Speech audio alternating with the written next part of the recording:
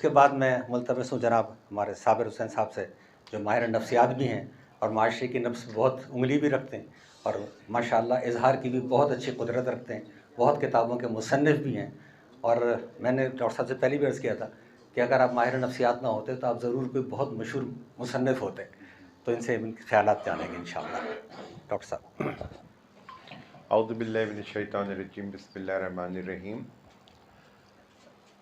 मैं हूँ इसलिए मैं सोचता हूँ, या मैं सोचता हूँ तो इसलिए मैं हूँ। ये सवाल है मेरा आप सबके लिए। तो मुझे 1 मिनट में कौन इसका जवाब देगा? तो हम ये मुकालमा आगे बढ़ाएं। मैं हूँ तो इसलिए मैं सोचता हूँ, या मैं सोचता हूँ तो इसलिए मैं हूँ। ये ग्रीक जो फिलॉसफी है वहाँ से ये आए हैं लफ्ज़, उर्दू ये ट्रांसलेशन। डेकार्ट का जुमला जी, है, आई डेकार्ट थिंक का। Therefore I am. जदीद फ़लसफ़े का जो बानी है उसका ये फ़करा है, अंदेशम के पस हस्तम। फारसी मैं सोचता हूँ इसलिए मैं ऑडियंस में सवाल ये डाल रहा हूँ, मुकालमा कर रहा हूँ आपसे बराह रास्त, कि आप सब अपने आप को इस जुमले के पस मंज़र और पेश मंज़र में देखें और फिर जवाब दें कि आपके पास आपकी अपनी ज़ात और शख्सियत के लिए क्या जवाब आता है। मैं हूँ इसलिए मैं सोचता हूँ, या मैं सोचता हूँ तो इसलिए मैं हूँ। कि जिस चीज़ का फ़र्द इज़हार नहीं करता वो उसकी हकीकत नहीं होती, दरअसल वो नहीं होता। और जबकि तमाम नफ्सियातदान और इस बात पर मुत्तफ़िक़ हैं कि इंसान जो है वो इस चीज़ से बन के शख्सियत बनती है और असलियत भी, कि वो क्या है, वो क्या नज़र आता है और वो क्या नज़र आना चाहता है। तो फ़र्द वही पेश करता है जो उसकी ख्वाहिश होती है नज़र आने की, लेकिन दर हकीकत वो नहीं होता। इसकी मिसाल फरासत भाई के लेक्चर में है, जो 9 दिन तक डायलॉग होने के बाद गांधी जी और कायद आज़म के नाकाम हो गए, और उसके बाद भी ह्यूमन बेसिस पर कायद आज़म ने गांधी जी को एक ख़त लिखा, आखिरी कोशिश की, तो उन्होंने कहा कि मैं राम की कसम, यानी तासुब और मज़हब, एक सेकेंड, तासुब वो असलियत सामने आ गई कि राम की कसम मैं अंधेरा पर। या मासेस जो हैं वो तो मुस्तकिल एक सिलसिला चला रहे होते हैं, चल रहा होता है, और वहाँ पे सोच का सिलसिला नहीं होता तो मुकालमा भी नहीं होता। वहाँ सिर्फ ये होती है कि मैं जो कह रहा हूँ वही सही है, और मेरे कहने पे जो लोग उसके साथ यानी वो अपना ग्रुप जो डेवलप करते हैं कि जो चल रहे हैं तो बस वो सही है, बाकी सब गलत हो जाएगा।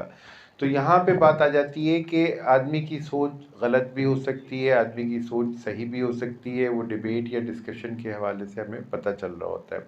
और यहाँ पे अगर हम इसको नफ्सियात के पस मंज़र में या नफ्सियात के परतों में अगर इसको देखना चाहें कम्युनिकेशन को, तो बेसिकली जो मुकालमा है वो इजहार की एक शक्ल है। एक पेंटर तस्वीर बनाता है तो उसने सोसाइटी से मुकालमा रखा, उसने इजहार किया कि वो उसकी जो सोच थी, तो वर्बल कम्युनिकेशन की बजाय उसने आर्ट के ज़रिए उसको कम्युनिकेट किया। या likewise there are so many forms of communication, वो सिलसिला चल रहा होता है। अब मुकालमा जो है बेसिकली वो डिबेट और डिस्कशन का नाम है कि हमने उसको डिबेट और डिस्कशन में उसको कैसे लेके चलना है, और उसके अंदर जो बुनियादी चीज़ नफ्सियाती एंगल से आती है वो टॉलरेंस आती है और फ्लेक्सिबिलिटी ऑफ आवर माइंड आती है कि हमारे अंदर सामने वाले की बात सुनने के लिए कितना क़ुव्वत बर्दाश्त है, और फिर उसके साथ साथ अगर सामने वाले की बात वज़न रखती है, लॉजिक रखती है, तो उसको हम अपनी लाइफ में कैसे इनकॉर्पोरेट कर सकते हैं, या उसके हिसाब से हम कैसे अपनी ज़िंदगी में तब्दीली लेकर आ सकते हैं। तो दूसरा पॉइंट जो हमें समझ में आता है, तो मुकालमे की बुनियादी वजह सिर्फ ये नहीं कि जो मेरे दिल में है या जो मैं सोच रहा हूँ वो मैं कम्युनिकेट करूँ, बल्कि मुकालमे की ज़रूरत उस वक्त भरपूर तरह से पैदा होती है जब हम देख रहे होते हैं कि हमारे इर्द गिर्द चीज़ें जो हैं वो या तो हमारे एंगल से सही नहीं हो रही होती, या वो वाक़यतन सही तरह से उस तरह से जिस फॉर्म में होना चाहिए वो डेवलप नहीं हो पा रही होती, तो हम उसका इजहार कर रहे होते हैं। या हमें किसी से कोई काम होता है या हमें कोई बात होती है वो, और या तीसरा ये कि हम सिर्फ अपने दिल का बोझ हल्का करने के लिए जो साइकोलॉजी में फ्री एसोसिएशन या वेंटिलेशन का प्रोसेस होता है उस नुक्ते नज़र से हम बात कर रहे होते हैं। तो मुकालमे की कई सूरतें हैं, कई शक्लें हैं, तो उसमें अगर उन तमाम तर सूरतों और शक्लों को अगर हम इनकरेज करते हैं तो सोसाइटी जो सप्रेस होती है तो सप्रेशन से बाहर निकलती है। एग्जॉस्ट फैंस हमने लगाने होते हैं और ये मुकालमे की मुख्तलिफ शक्लें वो एग्जॉस्ट फैंस की ही शक्लें हैं जिसके अंदर से हमारे दिल का गुबार निकल कर बाहर आ रहा होता है। अब जैसे यहाँ हम बहुत सारे लोग बैठे हुए हैं, हमारे दिलों में बहुत सारी बातें हैं, हम बहुत कुछ सोचते हैं, उसके इजहार के लिए हमें एक प्लेटफॉर्म चाहिए। अब इस नौइयत के अगर हेल्दी डिस्कशन वाले प्लेटफॉर्म्स अगर हों और उन प्लेटफॉर्म्स में हर फर्द को ये मौका मिले कि वो एक्टिवली ईगरली उसमें पार्टिसिपेट करे, तो उसके अंदर बहुत सारी चीज़ें पॉजिटिव डेवलप होगी। और सबसे बड़ी चीज़ ये कि जब उसकी ख्वाहिश पूरी होगी कि मेरी बात सुनी गई, मेरी बात समझी गई, और सुनने और समझने के बाद अगर उसकी बात में वज़न हुआ तो हो सकता है कि उसकी बात लोग मानने पर मजबूर भी हो जाएं।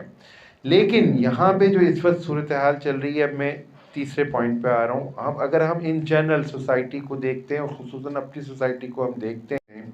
जिनकी बातों में कुछ हद तक वज़न होता है, जिनकी बातों में कुछ हद तक जज्बातियत होती है,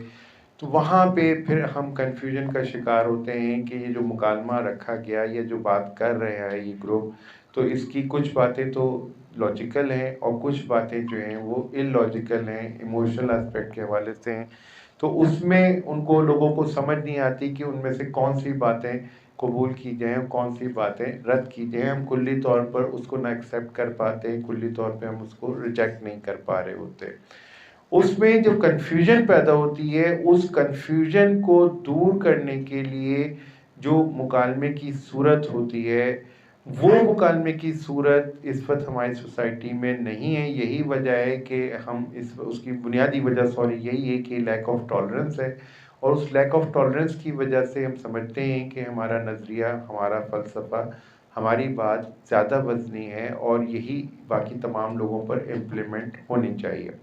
लेकिन जब बात हम करते हैं, जैसे अभी फरासत भाई ने बहुत खूबसूरत बात की कि कायदे आज़म ने एक बात की थी, उसका तनाजुर या बैकग्राउंड मुख्तलिफ था, फिर उसके बाद पाकिस्तान बनने के बाद जब GM सैयद ने वो बात की तो उसका तनाजुर बिल्कुल मुख्तलिफ था। तो अगर इस तनाजुर को सामने रखते हुए हर शख्स अपनी अपनी जगह अपने अपने ग्रुप्स को लॉन्च करने की कोशिश करेगा डिफरेंट पैरामीटर्स में और बाउंड्री से क्रॉस करेगा, तो डेफिनेटली जो कन्फ्यूजन है वो फिर कैओस में बदलना शुरू हो जाएगा। तो right away our society is in the mid of chaos. Confusion था, कन्फ्यूजन बढ़ा, अब हम इस वक्त एक कैओस की शक्ल में हैं। तो मेरी हम्बल रिक्वेस्ट ये है कि जैसे हम सब लोग आज यहाँ बैठे हैं, तो आज हम सब लोग अपने लिए एक असाइनमेंट लेके यहाँ से निकलें कि जब हम यहाँ से निकलते हैं, जाते हैं, तो ना सिर्फ ये कि वो तो एक बिल्कुल कॉमन सेंस वाली बात है कि हम अपने घर में किस तरह से अपने घर के अफराद से मुकालमा रखते हैं, बल्कि इन जनरल हम जो हमसे मुख्तलिफ सोच और नज़रिया रखने वाले लोग जो मुख्तलिफ ग्रुप्स को, मुख्तलिफ सेगमेंट्स को रिप्रेजेंट कर रहे हैं, उनके साथ हमारा इंटरेक्शन किस तरह का हो कि जिस इंटरेक्शन के नतीजे में वहाँ पे भी हम टॉलरेंस लेवल डेवलप कर सकें, एक। और नंबर 2, उसमें जो हेल्दी डिबेट या हेल्दी डिस्कशन की जो बात होती है, उस हेल्दी डिस्कशन और डिबेट में उसमें हमारा मुतमईन नज़र ये ना हो कि वो उन्होंने हमारी बात माननी है हर सूरत में, और अगर वो नहीं मानेंगे तो इसका मतलब ये नहीं हुआ कि वो कोई गलत सोच रहे हैं, गलत बात है, लेकिन उसके लिए बाउंड्रीज सेट करने की ज़रूरत है। तो मैं बदले मुकालमा के प्लेटफॉर्म के हवाले से तारिक जमील भाई से रिक्वेस्ट करूँगा कि इन फ्यूचर जब भी इनका कोई प्रोग्राम हो तो वो इस हवाले से माशरे में राइट ये कैओस और कन्फ्यूजन जो डेवलप हो रहा है और बढ़ चुका है, जिसमें अब बाकायदा फ़िज़िकल मुकालमे की शक्ल वो इख्तियार कर चुका है, वो भी मुकालमे की एक शक्ल है, मारा पीटी या जो भी कुछ कह लें, दंगा मस्ती। तो उस तक पहुँचने से पहले हम लोग हेल्दी इन्वायरमेंट में बैठ के बात करके कि देखें 2 बातें मेरी सही हैं, 3 बातें आपकी सही हैं, तो हम इन 5 बातों पे कंसेंसस कर लेते हैं और उसके हिसाब से चलते हैं। सब लोगों को साथ साथ लेके चलना एक मुश्किल काम है, और वो मुश्किल काम इंसान और इंसान की नफ्सियत बहुत खूबसूरती से इसलिए कर सकता है बशर्ते कि इंसान बताते खुद टैक्टफुल हो, क्योंकि इंसान एक प्रिज्म की तरह होता है, उसमें किसी भी एंगल से अगर रोशनी की शुआ जाती है तो वो बिल्कुल डिफरेंट कलर या डिफरेंट हमें वो प्रेजेंटेशन दे रहा होता है। तो अगर हम लोगों का अपना जहन मल्टी डायमेंशनल हो, अगर हमारी अपनी सोच जो है वो मल्टी फैकेटेड हो, तो उसमें हम बड़े आराम के साथ ABCD, नीले पीले गुलाबी उदय, हर तरह के लोग की बात को ना सिर्फ समझ सकते हैं बल्कि उसको कम्युनिकेट कर भी सकते हैं। तो उसमें बहुत सारी चीज़ें ऐसी हैं कि जो हमें हेल्प आउट करती हैं, लेकिन उसमें जो बुनियादी चीज़ है कि अगर आप कसीरुल मुताला होंगे या आप वसीउल मशरब होंगे, तो उस सूरत में आपका जो माइंड है वो ब्रॉडर पर्सपेक्टिव में सोच सकता है। तो हेल्दी मुकालमे को डेवलप करने के लिए जो ज़रूरत इस बात की है कि हमने किताब से रिश्ता उसको दोबारा से इस्तवार करना है। अनफॉर्चुनेटली किताब जो है इस वक्त दम तोड़ रही है, उसको किस तरह से इस्तेमाल करना है, उसके मुख्तलिफ तरीके हैं, उसको हमने लेके चलना है। तो उसमें जो आजकल इशू आ रहा है वो ये कि every book has been transferred into digitalised form. वो अब इवन ये भी हो गया है कि अब पॉडकास्ट आ गया है वीडियो की बजाय। अब जैसे बज़्म मुकालमा की जितनी भी नशिस्तें हैं, अब उसमें इशू ये आ रहा है कि अब जैसे जो डिजिटल चैनल्स हैं, ख़ासतौर पे यूट्यूब के चैनल की मैं बात करूँगा, तो that has become so much commercialised कि इवन इंक्लूडिंग माई सेल्फ बहुत से लोग उस पर, अगर मैं अपना यूट्यूब चैनल, आप अपने यूट्यूब चैनल, आप अपने यूट्यूब चैनल से कोई वीडियो अपने किसी सोशल मीडिया पेज पे अपलोड करते हैं, तो उसमें जो पर्सनल हमारी एक दूसरे से चीज़ें होती हैं कि यार ये तो फ़लाँ ग्रुप का आदमी है, फ़लाँ बात करेगा, तो इसको सुनने की कोई ज़रूरत है ही नहीं, तो उसको बाकायदा उसको खोलना पड़ेगा। और फिर दूसरी सबसे अहम चीज़ इंसानी नफ्सियात के हवाले से जो हम बात कर लें,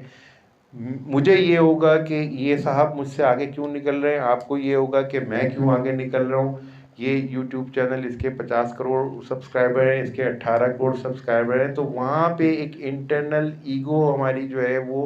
हिट करती रहती है किसी भी इंसान के अंदर। तो मैं इसमें रिकमेंड ये करूँगा कि अगर हमने इल्म को, फ़िक्र को, मुकालमे को जेन्युइनली फ़रोग़ देना है, तो that needs to B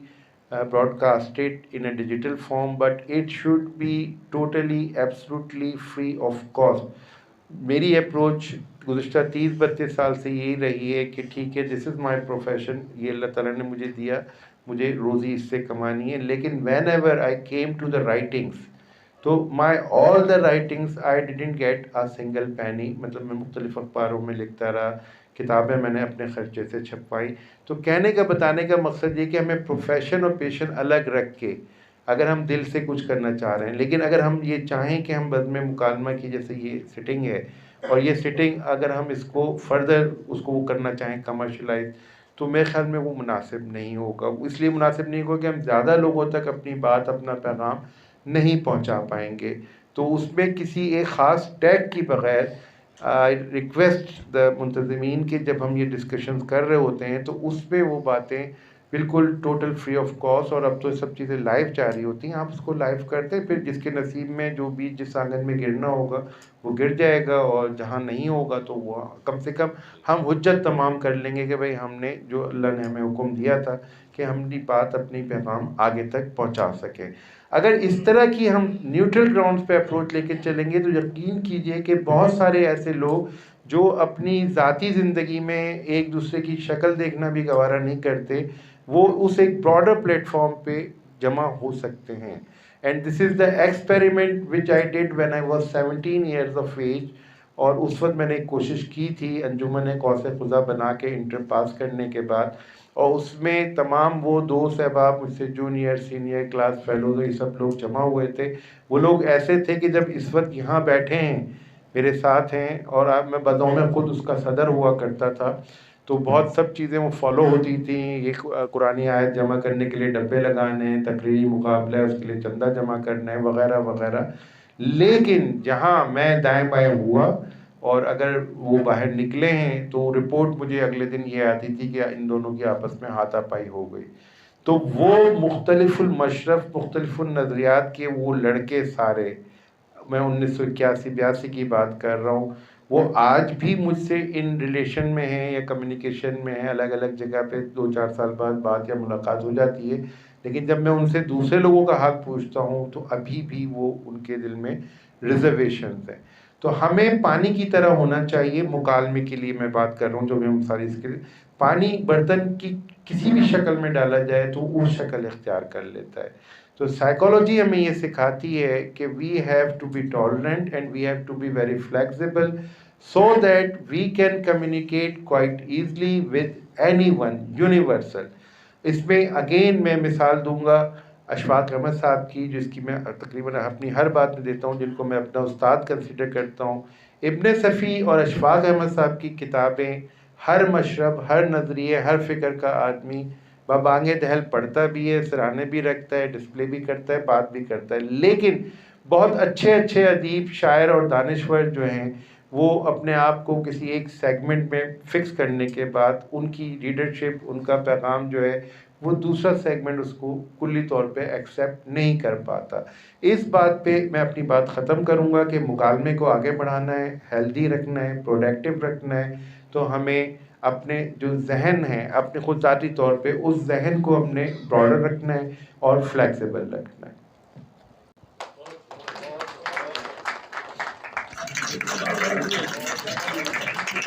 Wonderful.